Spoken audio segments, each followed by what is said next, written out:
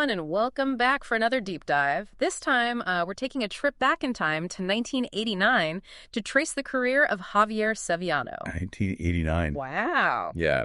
To see how cybersecurity itself has evolved. Okay. He's Accenture Spain's director of cyber resilience now, but his journey started way before cybersecurity was even, a thing. Yeah, right. So get ready for some surprises. We're talking hospital systems, early payment cards. Yeah. And tech that'll make you feel like a time traveler. It's amazing how much the world has changed since then, right? For sure. And yet that need for security, it's been a constant throughout Sevillano's journey, even when he was just a programmer starting out. Okay, so picture this. 1989, Sevillano's coding for hospital systems using the PICK operating system. PICK operating system. And the basic programming language. Wow. Do those even ring a bell? I mean, for most people today, that sounds like ancient history. I know, right? Yeah. But that's where the foundation was laid. Think about it. Yeah. Hospitals were already dealing with sensitive patient data even back then. So the need to protect that information, it was already there, even if the methods were, a lot simpler than what we use today. Right. And then he goes to Sistema 4B. Sistema 4B. It was a payment processing company, and there he first encounters cryptography. Okay. And this is where things start to get really interesting, because suddenly you're not just dealing with data, you're dealing with money. Right. Money becomes digital. Yeah. It's not sitting in a vault anymore. It's bits on a hard drive. Yeah.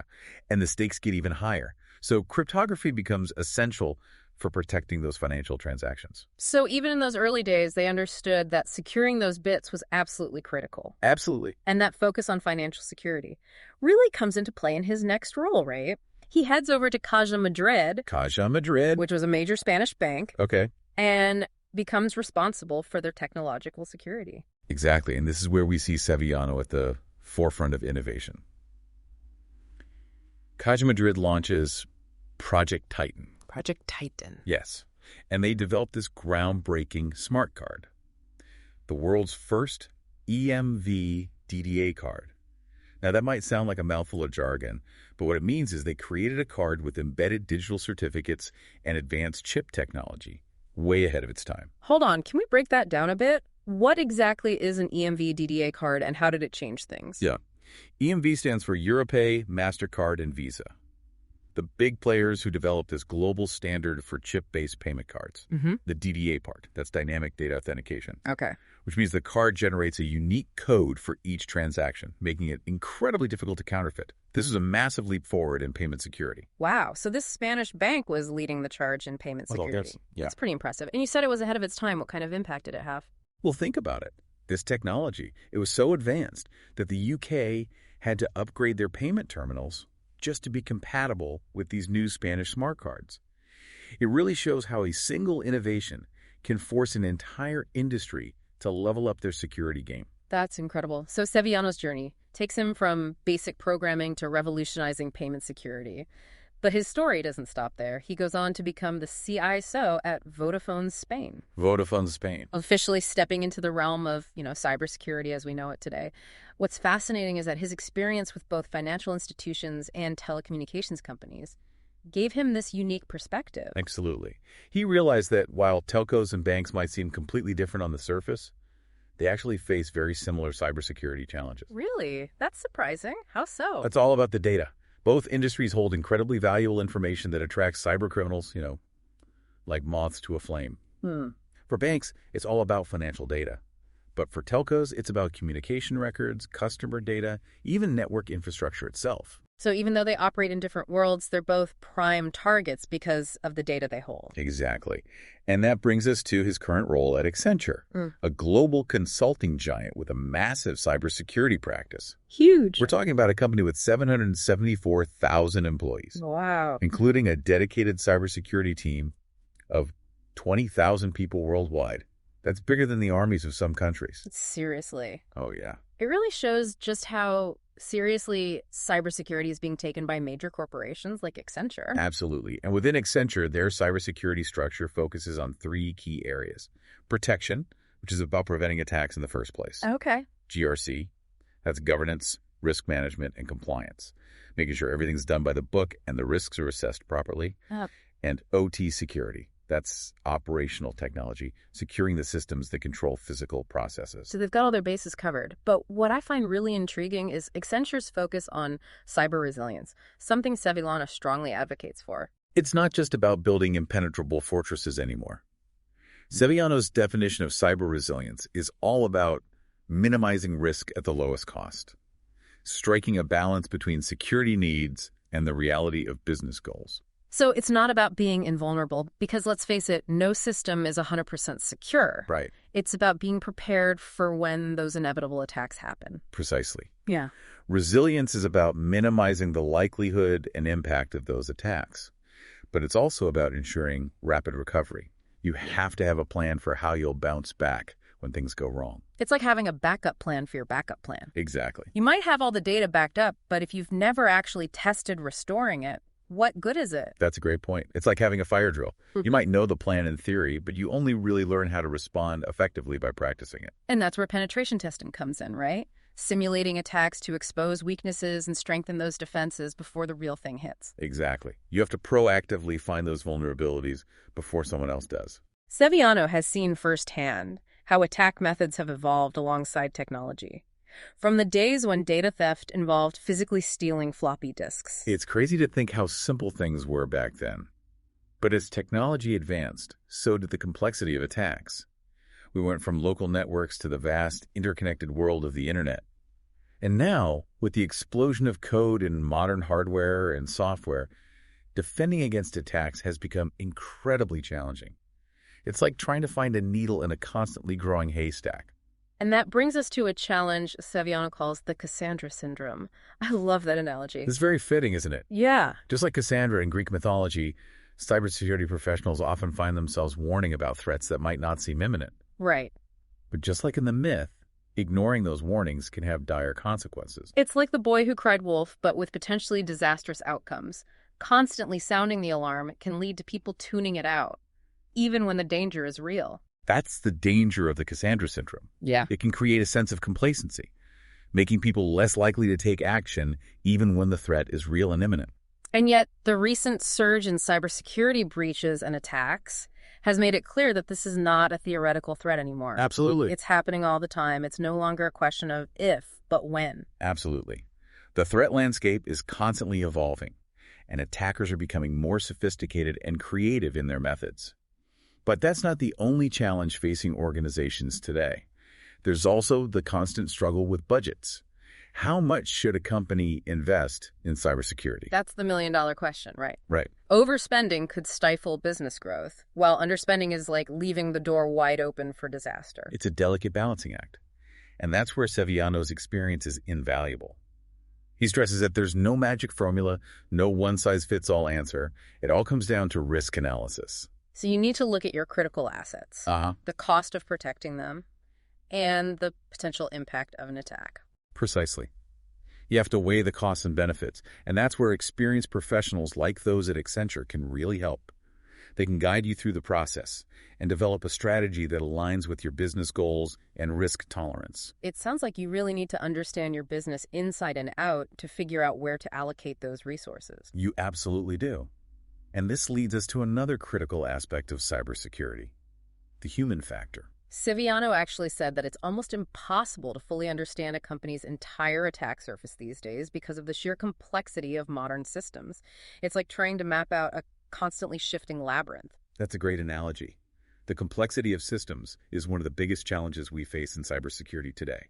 And this complexity also creates opportunities for human error, which attackers are all too eager to exploit. So even with all the technological advancements, the human element remains a crucial factor in cybersecurity. Absolutely. And this is where AI comes into play. It has the potential to be an incredibly powerful tool for both defenders and attackers, which is why it's so important to use it responsibly and ethically. It's like giving both sides a powerful new weapon, and we need to make sure it's used for good, not for harm. Exactly. Sevillano advocates for what he calls responsible AI, which means AI that is guided and controlled by humans, not the other way around.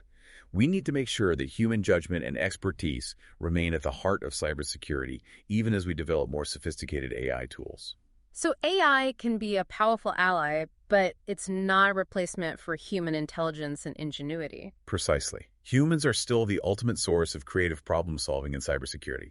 We need skilled individuals who can think outside the box, anticipate new threats, and develop innovative solutions. And that's where Sevillano's call to action comes in, right? Yes, He's actively encouraging talented individuals to consider a career in cybersecurity, highlighting the incredible demand and the potential to make a real difference in the world. it's a call that resonates far beyond Accenture. The entire industry needs talented individuals with diverse skills and backgrounds. Not just tech wizards, but also people with expertise in psychology, law, communication, and more. Wow, it sounds like cybersecurity is a field where you can really make an impact. It absolutely is. It's a field that's constantly evolving, with new challenges and opportunities emerging every day. And for those who are passionate about technology and want to help make the digital world a safer place, it can be an incredibly rewarding career path. It's incredible how Sevillano's career has, mirrored the evolution of cybersecurity. Yeah. From those early days of floppy disks and basic programming to this complex world of AI-driven defense systems. It really puts things into perspective, doesn't it? Yeah. His journey shows how rapidly the field has transformed and how the threats have, become more sophisticated.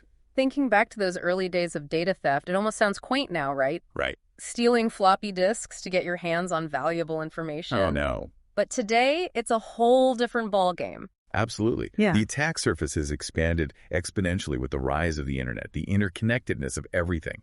And that's why resilience has become so critical. It's not just about trying to prevent attacks. It's about accepting that breaches will happen and having a plan to, respond effectively. So we need to shift our mindset from hoping for the best to preparing for the worst. Exactly. And when we say the worst, we're talking about potentially devastating cyber attacks that could, disrupt businesses, compromise sensitive data, and even impact critical infrastructure. Exactly. And that's where Sevillano's experience and insights are so valuable. He's seen firsthand how organizations can move from a reactive approach to a more proactive and resilient one. And he emphasizes that understanding your risks is, paramount. So it's not about trying to protect everything. It's about prioritizing, kind of like a triage situation. Yeah. Where you focus on the most critical assets first. Yeah, that's a great analogy. You can't protect everything, so you have to make strategic decisions about where to allocate your resources. And that's where a layered approach to security comes in. You need a combination of preventative, detective, and reactive measures to create a robust defense system. So it's like having multiple lines of defense, not just a single wall. Yeah. Like alarms, surveillance systems, and a clear plan for what to do if someone does manage to, breach the perimeter. Precisely. You want to make it as difficult as possible for attackers to succeed and have measures in place to detect and respond to intrusions quickly. And just as important as building these defenses, testing them regularly. Right. Because you can't just assume everything's working as intended. It's like those fire drills we talked about earlier. Right. You have to put your systems to the test and see how they perform under pressure. Exactly. Regular penetration testing is essential. You want to simulate real-world attacks to identify vulnerabilities and strengthen your defenses before an actual attacker finds them. It's like giving your security system a stress test, finding the weak points and reinforcing them before they become a problem. And it sounds like this is where the human element really comes into play again. Absolutely. Even with the most advanced technology, you still need skilled professionals to design, implement, and manage those systems effectively. And just as importantly, you need to create a culture of security within your organization. So it's not just about technology, it's about people. Educating employees about cybersecurity threats and best practices, making sure everyone understands their role in protecting the company's data. Exactly. Cybersecurity is everyone's responsibility, not just the IT departments. Every employee needs to be aware of the risks and take appropriate precautions. And that brings us back to Sevillano's point about the human factor being both a strength and a weakness. Right, because humans can be the weakest link in the security chain if they're not properly trained and aware of the risks. But they can also be the strongest asset, right? They bring creativity, intuition, and problem-solving skills that machines can't replicate. Absolutely. Humans are essential for things like threat intelligence, incident response, and developing innovative solutions to emerging threats. And that's why Sevillano is so passionate about attracting talent to the cybersecurity field. He sees it as a critical need, not just for Accenture, but for the entire industry. It's interesting to think about how his career path has taken him from protecting hospital data in the late 80s to leading cybersecurity efforts for a global consulting giant. It really highlights the diverse range of opportunities within the field. It's a fascinating journey, and it underscores the importance of continuous learning and adaptation. Cybersecurity is a field that's constantly evolving, so you have to be willing to embrace new technologies and approaches. Speaking of new technologies, we've talked a lot about AI's potential impact on cybersecurity. It seems like it has the power to be both a powerful ally and a formidable adversary. It's a double-edged sword, that's for sure. On the one hand, AI can help us analyze vast amounts of data, detect threats faster, and automate many security tasks. But on the other hand, attackers can also use AI to develop more sophisticated attacks and bypass traditional security measures. So it's like an arms race with both sides leveraging the power of AI to gain an advantage. But isn't there a risk that focusing too heavily on technology could lead us to neglect the human element? That's a valid concern. It's crucial to remember that technology is only part of the solution. We still need skilled humans to guide the development and deployment of AI tools, interpret the data they generate, and make strategic decisions based on that information. So it's not about replacing humans with machines. It's about empowering humans with better tools and information to make more informed decisions. It's about finding that balance between the power of technology and the irreplaceable value of human expertise. Exactly. And that's why Sevillano emphasizes the importance of responsible AI, ensuring that humans remain in control and that AI is used ethically and effectively in cybersecurity. It's a reminder that even as technology advances, we can't lose sight of the human element. After all, it's humans who are ultimately responsible for creating and maintaining a secure digital world. Absolutely. Technology can be a powerful tool, but it's our values, our ethics, and our commitment to security that will ultimately determine how it's used and whether it's used for good or for harm. So for our listeners who are interested in exploring a career in cybersecurity, what advice would you give them? What are the key skills and qualities that are in high demand right now? Well, first and foremost, I'd say a strong foundation in technology is essential. Whether it's programming, networking, or systems administration, you need to understand how things work under the hood. But it's not just about technical skills. Right, because we've talked about the importance of the human element. So what other qualities are important for success in cybersecurity? Critical thinking is crucial. You need to be able to analyze complex situations, identify potential threats, and develop creative solutions. Communication skills are also essential. You need to be able to explain technical concepts clearly and concisely, both to technical and non-technical audiences. So it's about being a translator between the world of technology and the world of business, or even everyday users. You need to be able to bridge that gap and communicate effectively with different stakeholders. Exactly. And finally, I'd say a passion for learning is essential. Cybersecurity is a constantly evolving field, so you need to be curious, adaptable, and always willing to learn new things. It sounds like a challenging but incredibly rewarding field. Oh, yeah. You're constantly pushing the boundaries of technology, solving complex problems, and playing a vital role in protecting our digital world. It is, and I think Sevillano's journey really exemplifies that. He started out as a programmer working on hospital systems, and now he's leading cybersecurity efforts for a global company. His career shows that there are endless possibilities within cybersecurity, and it's a field that's only going to become more important in the years to come. So what can our listeners do today to become more cyber resilient, both in their personal lives and in their professional roles? Well, awareness is the first step. Stay informed about the latest cybersecurity threats and trends by reading industry news and following reputable security experts online. Understanding the risks is crucial. It's about being vigilant and not falling into the trap of thinking, it'll never happen to me. Cybersecurity is everyone's responsibility, not just the experts. Exactly. And taking basic precautions can go a long way in protecting yourself. Use strong, unique passwords for all your accounts, and consider using a password manager to keep track of them securely.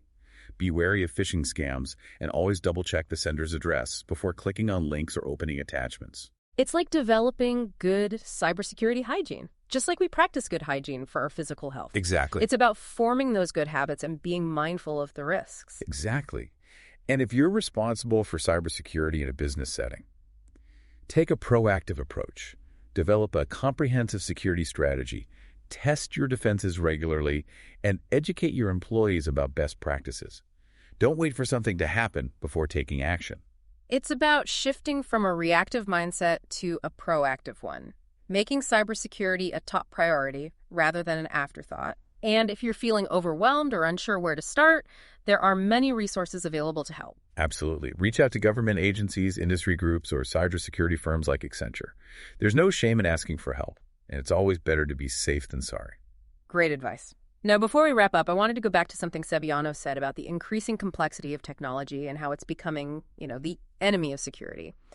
He argues that it's nearly impossible to fully understand a company's entire attack surface these days. How does that translate to our personal digital lives? Our own online worlds are getting pretty complex too, right? That's a great point. Just like businesses, our personal digital lives are becoming increasingly complex with multiple devices, countless online accounts, and this constant stream of data flowing in and out.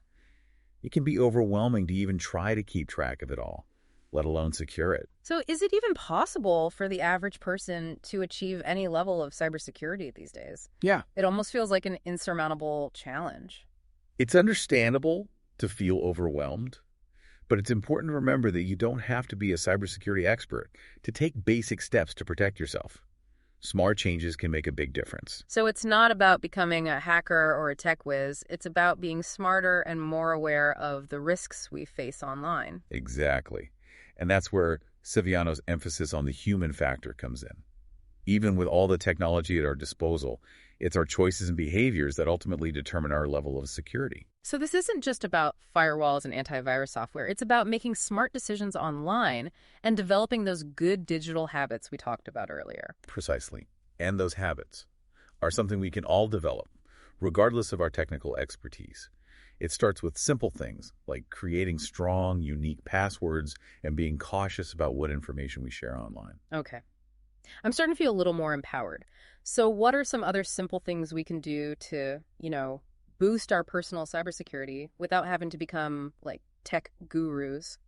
Well, we've already touched on passwords, which are the first line of defense for most online accounts. Yeah. If you're not already using a password manager, I highly recommend it. I know. Everyone says that. But it's easy to get lazy and reuse the same password everywhere. What's the best way to manage all those different passwords? A password manager is a game changer. It's a secure app that stores all your passwords and generates strong, unique ones for you. That way, you only have to remember one master password to unlock the vault, so to speak. Okay, that sounds like a great way to simplify things. What else? Be cautious about phishing scams. Those emails or messages that try to trick you into giving up personal information. Always scrutinize the sender's address, look for typos or grammatical errors, and never click on links that seem suspicious. So it's about being skeptical and not just clicking on anything that comes our way. It's about thinking critically and being mindful of the potential risks. Exactly. And think carefully about what you share online. The more information you make public, the greater the risk that it could be used against you. Be selective and consider the potential consequences before hitting that share button. So it's about being mindful of our digital footprint and thinking about how the information we share online could be used both now and in the future. What about keeping our devices and software updated? I know I'm guilty of ignoring those update notifications sometimes. Don't worry, we've all been there. But those updates often include security patches that fix vulnerabilities that hackers could exploit. Make it a habit to install updates as soon as they're available. It's like getting regular checkups for your devices. Yeah. Making sure everything's running smoothly and securely. Exactly. And finally, back up your important data regularly. This will help you recover from a ransomware attack or other disaster that could wipe out your files. It's like having an insurance policy for your digital life. You hope you never have to use it, but you're grateful to have it when you do. Exactly. These are just a few simple steps, but they can go a long way towards improving your personal cybersecurity and giving you peace of mind. I'm definitely feeling more confident about, taking control of my own digital security now. And I think our listeners will too. It's empowering to realize that we're not powerless against these threats, that there are things we can do to protect ourselves. Absolutely. Cybersecurity is not just about fear and defense. It's about empowerment and taking control of our digital lives. It's encouraging to hear that we can, take control of our own cybersecurity. But it can't be a solo effort, can it? What struck me about Sevillano's story is that sense of community he emphasizes within cybersecurity. It's not just individual companies or experts working in silos. It's a collaborative field where people are constantly sharing knowledge and resources. Absolutely. That's one of the things that makes cybersecurity so dynamic and fascinating. Yeah. It's this global effort to stay ahead of the bad guys, with researchers, security professionals, and even everyday users contributing to the collective knowledge. So it's like a giant brainstorming Yeah. session with everyone trying to outsmart the attackers and find better ways to defend against the latest threats. That's a great way to put it. Yeah. And that collaborative spirit is essential because the threat landscape is constantly shifting, and no one person or organization has all the answers. We need diverse perspectives and a willingness to share information to stay ahead of the curve. And that brings us back to Sevillano's call to action for talent to join the cybersecurity field, a call that resonates far beyond any one company. Right. It's a call for anyone who's passionate about technology, problem solving, and making a real difference in the world. He's absolutely right. And it's not just about technical skills. Cybersecurity needs people with a wide range of backgrounds and expertise, from psychology to law to communication. Understanding human behavior is just as crucial as understanding technology, especially when it comes to things like social engineering attacks and phishing scams. So if you're someone who loves solving puzzles, thinking creatively, and working in a fast-paced environment where you're constantly learning and adapting, cybersecurity might be the perfect field for you. It's definitely a field with immense potential. And the need for talented professionals is only going to increase as our world becomes even more reliant on technology. It's a career path that offers both challenges and rewards in equal measure. Well, I think we've given our listeners a lot to think about today. We've journeyed through the evolution of cybersecurity, from those early days of floppy disks and basic programming to the era of AI-powered defense systems. We've explored the evolving threat landscape and the concept of cyber resilience. And we've learned how one person's career can illuminate the broader trends and challenges facing this dynamic industry. And through it all, we've seen how the human element remains central to the story of cybersecurity, both as a source of vulnerability and as the key to innovation and effective defense. I have to say, I'm leaving this deep dive feeling a mix of, cautious optimism and a sense of urgency. The threats are real and constantly evolving, but so are the solutions. And there's this growing community of talented individuals dedicated to making the digital world a safer place. That's the perfect takeaway. Cybersecurity isn't just about fear and defense. It's about problem solving, innovation, and collaboration. It's about using our ingenuity and our collective knowledge to create a more secure future for everyone. So to our listeners, we encourage you to stay informed, stay curious, and maybe even consider joining the ranks of those working to make our digital world a safer place. Thanks for joining us on this deep dive into the fascinating world of cybersecurity.